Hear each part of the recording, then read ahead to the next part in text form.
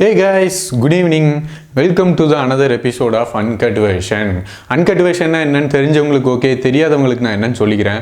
Uncut Versionனா இந்த வீடியோவில் எந்த எடிட்டிங்குமே இருக்காது, எந்த ஸ்பெஷல் எஃபெக்ட்டுமே இருக்காது. ஜஸ்ட் நான் கேமரா ஆன் பண்ணுறேன், இங்கே வரேன், உங்கள் முன்னாடி பேசுகிறேன், அதை அப்படியே அப்லோட் பண்ணுறேன். ஓகே, அன்கட் வெர்ஷன் வந்து பேசலாம் அப்படின்னு நான் முடிவு பண்ணதுக்கப்புறம் எந்த டாப்பிக்கில் பேசலாம் அப்படின்னு நான் வந்து யோசித்தேன். ஓகே, லைஃப்பில் நம்ம எதுக்காக டெய்லியும் நம்ம போராடுறோம்? சாப்பாட்டுக்காக தான் போராடிட்டுருக்குறோம். சாப்பாடு வேணும்னா டெஃபினட்டாக நமக்கு மணி வேணும். ஃபினான்சியலாக நான் வந்து ஃபுல்ஃபில் ஆகிட்டேன், எனக்கு வந்துட்டு 100% இனிமேல் எனக்கு பணமே தேவையில்லை அப்படின்னு நினைக்கிறவங்க ஒரு 2-3% இருப்பாங்க. மீதி இருக்கிற மெஜாரிட்டி எல்லாருமே நான் வந்து ஃபினான்சியலாக நெக்ஸ்ட் லெவலுக்கு போகணும், மணி எனக்கு இன்னும் வேணும் அப்படின்னு நினைக்கிறவங்க தான் நிறையா பேர் இந்த உலகத்தில் இருக்கிறாங்க. அப்படி அந்த லெவலுக்கு போகணும்னு நினைக்கிறவங்களுக்கு எது வந்து பேரிகேடாக இருக்குது, என்னென்ன ரீசன் அப்படின்னா நைட்டு ஃபுல்லாக நான் வந்து தூங்காமல் யோசித்தேன். ஒரு 10 ரீசன் கண்டுபிடிச்சிருக்கேன். அந்த 10 ரீசன் என்னங்கிறதான் இந்த அன்கட் வெர்ஷனில் நம்ம பேச போகிறோம். Number 1, 9 to 5 job. அதாவது இந்த வீடியோ பார்த்துட்டு இருக்கிறவங்க மேக்ஸிமம் ஒரு ஜாப்புக்கு தான் கண்டிப்பாக போயிட்டு இருப்பாங்க. மேக்ஸிமம் வந்து ஜாப்புக்கு தான் போயிட்டு இருப்பாங்க, இல்லைன்னா வந்து காலேஜ் படிச்சுட்டு இருப்பாங்க. ஸோ நம்மளோட லைஃப்பில் நம்ம அடுத்த கட்டத்துக்கு போகிறக்கு இந்த ஜாப் மட்டும்தான் நமக்கு உதவியாக இருக்க போகுது அப்படிங்கிற ஒரு மைண்ட் செட் நிறைய பேருக்கு இருக்கும். அது வந்து ஒரு 20 வருஷத்துக்கு முன்னாடி இருந்தது. பட் இப்போ அப்படி கிடையாது. இப்போது இன்ஜினியரிங்கில் இருக்கவங்க ஐடிக்கு போகிறாங்க, ஐடியில் இருக்கவங்க சம்மந்தமே இல்லாமல் ஒரு சினிமாவில் போய் ஆக்ட் பண்ணுறாங்க. இந்த மாதிரி யார் வேணால் எதில் வேணால் போய் மணியை ஏர்ன் பண்ண முடியும். அதுக்கு தேவையானது ஸ்கில் ப்ளஸ் நாலேஜ், இந்த 2 மட்டுமே இருந்தாலே போதும், நம்மளால் மணியை ஈஸியாக ஜென்ரேட் பண்ண முடியும். நான் வந்து 9 to 5 ஜாப் மட்டும்தான் போவேன் அப்படின்னு ஒரு ரூட்டை மட்டும் பார்த்துக்கிட்டே இருந்தீங்கன்னா நமக்கு வந்து அந்த ஆப்பர்ச்சுனிட்டிஸ் வந்து கம்மியாக தான் இருக்கும். அந்த ரூட்டில் அந்த ரூட்டை தூக்கி எறிஞ்சிட்டு சுற்றி எல்லாமே பார்த்தோம்னா நிறைய ஆப்பர்ச்சுனிட்டிஸ் இருக்கும். நம்ம பார்க்குறது எல்லாமே நமக்கு ஆப்பர்ச்சுனிட்டிஸாக இருக்கும். ஸோ எந்த ரூட்டில் போய் வேணாலும் நம்மளால் மணியை ஏர்ன் பண்ண முடியும். ஸ்பெசிஃபிக்காக நான் வந்து 9 to 5 ஜாப் போய் தான் வந்து என்னால் அடுத்த கட்டத்துக்கு போக முடியும் அப்படிங்கிறது இப்போ கிடையாது. நம்பர் 2, ஒரு நிமிஷம் எழுதி வச்சுருக்கேன், மறந்துட்டேன். ஓகே, நம்பர் 2 வந்து கெரியர். இப்போ வந்து காலேஜ் முடிச்சிட்டேன். காலேஜ் முடித்ததுக்கப்புறம் என்னோடய ப்ரொஃபஷன் வந்து எப்படி சூஸ் பண்ணணும் அப்படின்னு ஒரு கொஸ்டின் மார்க் வரும். நம்மளோட பேரண்ட்ஸ், ஃப்ரெண்ட்ஸ், ரிலேட்டிவ்ஸ்லாம் என்ன சொல்லுவாங்கன்னா, இப்போ வந்து இன்ஜினியரிங் ரொம்ப பூமாக இருக்குடா, நீ இன்ஜினியரிங் படி. இல்லை, இன்ஜினியரிங் எந்த காலகட்டத்தில் பூமாக இருந்திருக்கு? சாரி, ஐடி ஃபீல்டு வந்து ரொம்ப பூமாக இருக்குது, ஸோ நீ வந்து ஐடி செக்டாரில் போ, உன்னால் கண்டிப்பாக மணி ஏர்ன் பண்ண முடியும், கூடி சீக்கிரம் நீ வந்து ஒரு பெரிய பணக்காரன் ஆக முடியும் அப்படின்னு சொல்லி நம்மளை மண்டை கிளவி ஒரு ஐடி ஃபீல்டில் நுழைய வச்சுருவாங்க. நம்மளும் போயிடுவோம். ஒரு 1 or 2 years வந்து சூப்பராக சம்பாதிப்போம், நல்லா லைஃப் போகும். பட் 2 yearsக்கு அப்புறம் என்னடா நம்ம பண்ணிகிட்ருக்கோம், நமக்கு இது வந்து பிடிச்சிருக்கா? இன்கேஸ் வந்து ஐடி ஃபீல்டு உங்களுக்கு பிடிச்சி இருந்ததுன்னா ஓகே, உங்களுக்கு பிடிக்கல அப்படின்னா உங்களுக்கு வந்து ஒரு ஜாப் சாட்டிஸ்ஃபேக்ஷன் இருக்காது. ஒரு பணத்தை ஏர்ன் பண்ணதுக்கப்புறம் ஓகே, பணத்தை சம்பாரிச்சாச்சு, இதுக்கப்புறம் என்ன, ஒரு எந்த இன்ட்ரெஸ்டிங்குமே இருக்காது நமக்கு.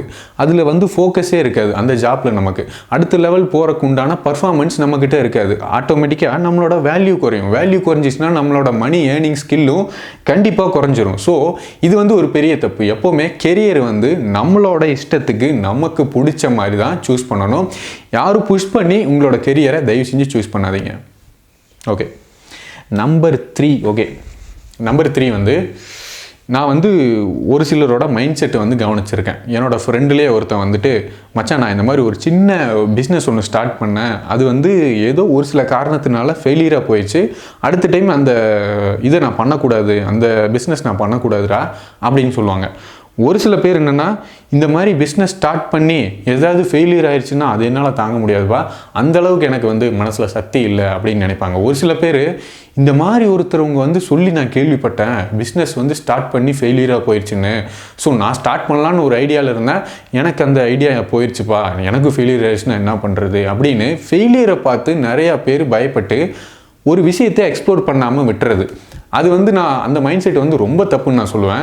ஸோ ஃபெயிலியர் ஆச்சுன்னா என்ன, இப்போ ஃபெயிலியர்லேருந்து தான் நம்ம எதாக இருந்தாலும் கற்றுக்க முடியும். இப்போ நான் வந்து ஒரு யூடியூபே இப்போ நான் ஸ்டார்ட் பண்ணுறேன் அப்படின்னா, ஐயோ இது வந்து ரீச் ஆகாமல் போயிடுச்சுன்னா என்ன பண்ணுறது அப்படின்னு நான் வந்து பயந்துட்டே உட்காந்துட்டு இருந்தேன்னா எதுவுமே நடக்க போகிறது கிடையாது. எனக்கு பிடிச்சிருக்கு, நான் பண்ணுறேன், ரிசல்ட் என்னவா வேணால் வரட்டும். ஸோ இந்த மாதிரி ஒரு மைண்ட் செட்டில் எந்த ஒரு விஷயத்தையும் அணுகுனீங்கன்னா டெஃபினட்டாக உங்களுக்கு வெற்றி கிடைக்கும் அப்படின்னு நான் நினைக்கிறேன். அடுத்து வந்து ஓகே, டேக்கிங் அட்வைஸ். எப்படி சொல்கிறது, இப்போ நம்ம லைஃப்பில் வந்து நம்ம ஒரு டவுனான ஒரு ஃபீலிங்கில் இருக்கோம், அல்லது ஒரு சேடான ஒரு ஃபீலிங்கில் இருக்கோம் அப்படின்னா நம்மளோட ஃப்ரெண்ட்ஸோ ரிலேட்டிவ்ஸோ அல்லது யாராவது ஒருத்தவங்க வந்து நமக்கு அட்வைஸ் பண்ணுறதுக்குனே ஒரு கேங் வருவாங்க. தம்பி இப்படி இல்லைப்பா லைஃபு, இப்படி போப்பா, இப்படி போனேன்னா தான்ப்பா உன்னால் மணி ஏர்ன் பண்ண முடியும், இப்படி போனால் தான்ப்பா உன்னால் கார் வாங்க முடியும், லொசுக்கு வாங்கி செட்டில் ஆக முடியும் அப்படின்னு அட்வைஸாக நம்மக்கிட்ட கொட்டி தள்ளுவாங்க.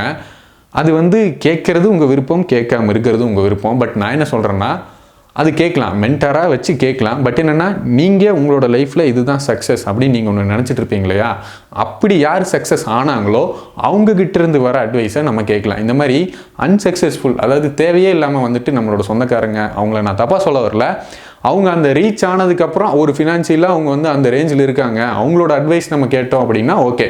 பட் வந்துட்டு இந்த அட்வைஸ்லாம் நம்ம கேட்கணும் அப்படிங்கிறது அவசியம் கிடையாது. அண்ட் என்னோட பர்சனல் சஜஷன் என்னென்னா, நம்மளோட லைஃப்பை சுற்றி நம்மளோட லைஃபுக்கு வேல்யூ ப்ரொவைட் பண்ணுறவங்க நம்மளோட லைஃப்பில் இருந்தால் கொஞ்சம் நல்லாயிருக்கும் அப்படின்னு நான் நினைக்கிறேன். தேவையே இல்லாதவங்க வந்துட்டு நம்மளோட லைஃபுக்கு தேவையில்லைன்னு தான் நான் நினைக்கிறேன்.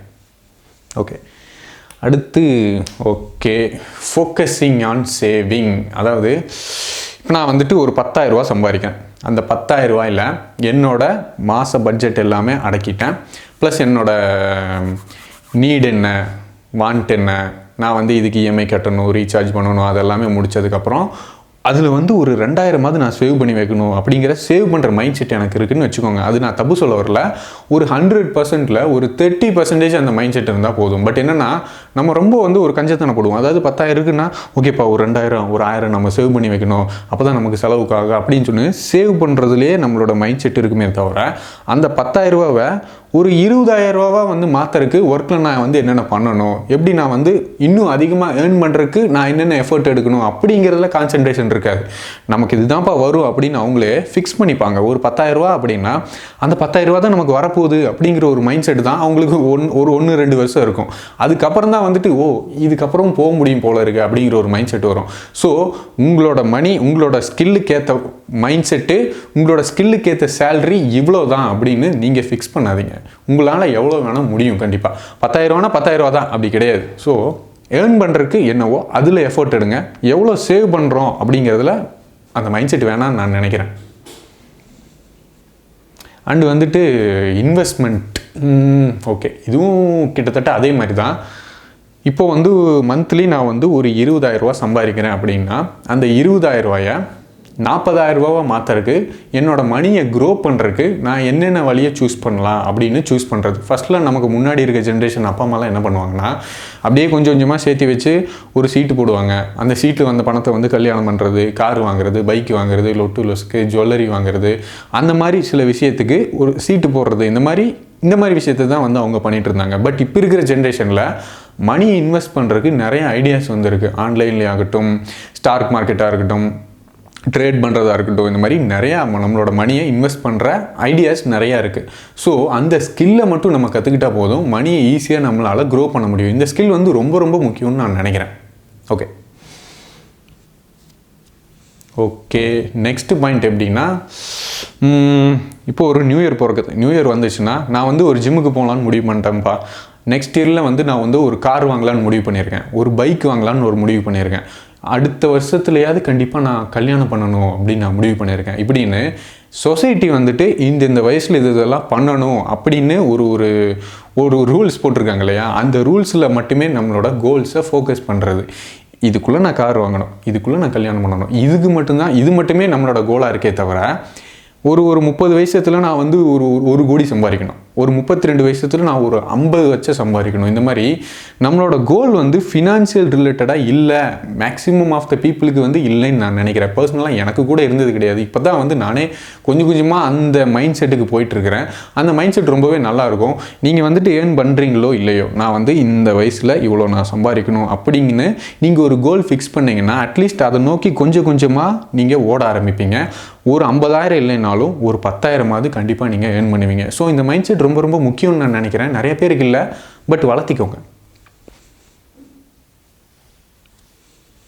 அடுத்து வந்து சேம், நான் வந்து ஒரு 20,000 ரூபா சம்பாதிக்கிறேன், அந்த 20,000 ரூபாய்க்கு மேலே செலவு பண்ணுறேன். இந்த மைண்ட் செட் வந்து மேக்ஸிமம் என்னோடய ஃப்ரெண்ட்ஸுக்கெல்லாம் இருக்கும். உங்களுக்கு யாருக்கு இருக்குன்னு மறக்காமல் கமெண்ட்டில் மென்ஷன் பண்ணுங்கள். ஸோ நமக்கு வரவை விட செலவு அதிகமாக இருக்கும். எப்போவுமே வந்துட்டு ஒரு 20,000 வருது அப்படின்னா மந்த் எண்ட்லேயே அந்த 20,000 காலி பண்ணிடுவோம். அந்த மந்த் எண்டு ஒரு 10 நாள் போக்குறதுக்கு வந்து நம்ம கையில் காசு இருக்காது. மச்சான் ஒரு 10,000 இருந்தான்னு சொல்கிறான், மச்சான் ஒரு 5,000 இருந்தால் ஜிபே பண்ணுறா அப்படின்னு கடன் வாங்குறது. அந்த கடனை கட்டுறதுக்கு மறுபடியும் அடுத்த மாதம் வேலைக்கு போகிறது, அந்த கடனை அடுத்த மாதம் கட்டுறது, மறுபடியும் அதுக்கு இருக்காது. இப்படியே நம்மளோட லைஃப் வந்து போயிட்டுருக்கோம். நமக்கு வந்து 20,000 தான் வருது அப்படின்னா அந்த 20,000 நம்மளோட லைஃப்பை ஓட்டுற மாதிரி நீங்கள் உங்களோட பட்ஜெட்டை மாற்றிக்கணும். Okay, next point, new things, learning new things. இப்போ நீங்கள் ஒரு ஆஃபீஸில் ஒர்க் பண்ணிகிட்ருக்கீங்க அப்படின்னு வச்சுக்கோங்க. இந்த வீடியோ பார்த்துட்டு இருக்கவங்க எல்லாருமே கண்டிப்பாக ஒரு வேலைக்கு போயிட்டு தான் இருப்பாங்க. ஒரு டிபார்ட்மெண்ட்டில் இருக்கீங்க. உங்களோட டிபார்ட்மெண்ட்டில் A to Z 26 வேலை இருக்குது. 26 வேலையில் நீங்கள் Aலேருந்து G வரைக்கும் நீங்கள் பார்த்துட்ருக்கீங்க, ஒர்க் பண்ணுறீங்க. ஒரு 2 வருஷம் ஆகுது உங்களுக்கு அதை மட்டுமே பார்த்துக்கிறதுக்கு. ஓகே, ஒரு 2 வருஷத்தில் G வரைக்கும் நீங்கள் கற்றுக்கிறீங்க. G வரைக்கும் நீங்கள் தான் ரெஸ்பான்சிபிலிட்டி. ஸோ உங்களுக்கு ஒரு வேல்யூ இருக்கும். 2 வருஷத்துக்கு அப்புறமும் 4 வருஷம் ஆச்சு, 5 வருஷம் ஆச்சு, நீங்கள் அந்த Gயில் மட்டுமே தான் பார்த்துக்கிட்டு இருந்தீங்க அப்படின்னா உங்களுக்கு எந்தவித வேல்யூமே அந்த இடத்துல இருக்காது. கம்பெனிக்கும் உங்களால் எந்த வேல்யூவும் ப்ரொவைட் பண்ண முடியாது. அந்த Gக்கு அப்புறம் Z வரைக்கும் எப்படி நம்ம பார்த்துக்கிறது, எப்படி அந்த புது விஷயங்களை நம்ம கற்றுக்கிறது அப்படின்னு நம்மளோட அடுத்த கட்டத்துக்கு போய்கிட்டே இருக்கணும். அதாவது எந்த ஸ்கில்லையும் நம்ம கற்றுக்கிறதுக்கு முன் வரணும். புதுசாக நம்ம கற்றுக்கிட்டே இருந்தால் மட்டும்தான் நம்மளோட மண்டை வந்து யோசிச்சுக்கிட்டே இருக்கும். அப்படி யோசிச்சுக்கிட்டே இருந்தால் மட்டும்தான் துட்டு நமக்கு வரும், இல்லைன்னா வராது. சிம்பிளாக சொல்ல போனால் இதுதான். நெக்ஸ்ட்டு லாஸ்ட் பாயிண்ட் வந்துட்டோமா? Yes, last point. இப்போ நான் சொல்ல போகிற பாயிண்ட்டு தான் இருந்தால் மட்டும்தான் இந்த 9 பாயிண்ட்டும் உங்களோட லைஃப்பில் இருக்கும். அப்படி இல்லைன்னா கண்டிப்பாக இருக்காது.